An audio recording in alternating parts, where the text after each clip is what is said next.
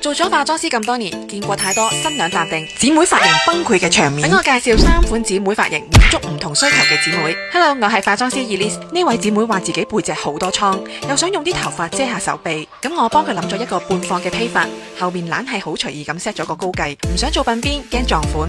呢款睇落高挑又溫柔嘅半披髮就啱晒一眾姊妹。如果頭髮冇咁長，其實唔一定要捲髮，我就建議直接拉直頭髮，睇落企理又大方。呢位姊妹話佢自己將會好忙碌，唔想啲頭髮咁嬲憂，想整一個實淨啲嘅又可以 keep 到全日嘅髮型，我就幫佢諗咗一個隨意得嚟又實淨嘅低髻，再留少少髮尾，利落得嚟又唔死板，點跑都唔會散，忙得嚟又不失優雅。最緊要係嗰幾條希紮髮絲，完美拿捏氛圍感。如果你條姊妹裙係高領入薄款，或者係掛頸款，非常建議將啲頭髮紮起，睇落更加精神，而且仲可以均勻翻身形比例。呢位姊妹話佢好怕熱，唔想將啲頭髮放落嚟，紮髻又驚顯老。你哋覺得有咩髮型可以睇落後生啲？絕對係高馬尾，好似瞬間返回中學嘅校服模樣。之但係校服同姊妹裙又係兩回事，呢款日係高孖辮，絕對係青春嘅代表。如果姊妹髮型突然之間甩頭甩髻，點算好？用乜嘢方法補救？留言姊妹，等 Elise 過你2招補救方法。